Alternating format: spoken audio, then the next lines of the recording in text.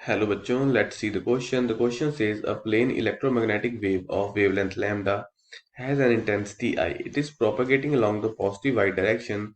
The allowed expression for the electric and magnetic fields are given by.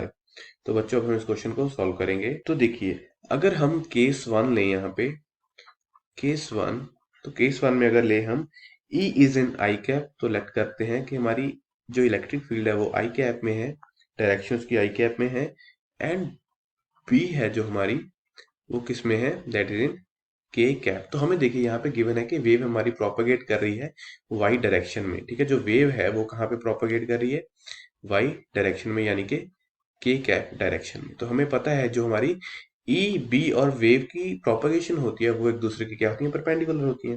तो इसलिए हमने ई I let किया और बी इन डायरेक्शन ऑफ के कैप। नाउ जो हमारा ई क्रॉस बी है, ई क्रॉस बी है वो किसके इक्वल आना चाहिए, that must be will must equal in, ये देखिए यहाँ पे वेव है जो जे कैप डायरेक्शन में, वाई डायरेक्शन में, तो वाई आना चाहिए। लेकिन यहाँ पे अगर हम आई क्रॉस के करें तो ये हमारा क्या आएगा, this will be in minus J cap. तो ये जो केस वन है ये हमारा रॉन्ग है, wrong.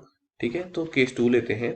Now for case to अगर देखें हम, केस टू में सपोज करते हैं हमारी जो इलेक्ट्रिक फील्ड है वो किस डायरेक्शन में है, दैट इज इन के कैप डायरेक्शन, एंड जो हमारी मैग्नेटिक फील्ड है वो है हमारी इन आई कैप डायरेक्शन।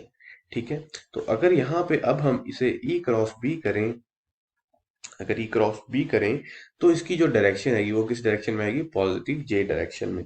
ठीक है, तो ये जो है ये सेटिस्फाई कर रही है हमारी इक्वेशन को। तो इससे हम कह सकते हैं जो हमारी ई है वो किस डायरेक्शन में होगी, के कैप डायरेक्शन में, और जो हमारी बी है वो होगी आई डायरेक्शन में। तो ये हमारे पास एक ही ऐसी ऑप्शन है जो इसको सेटिस्फाई कर रही है, वो कौन सी है, ऑप्शन नंबर सी देखिए इसको सेटिस्फाई कर रही है।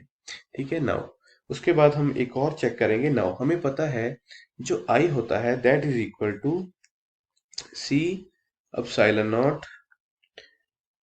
Not electric field E naught का स्क्वायर डिवाइडेड बाय 2।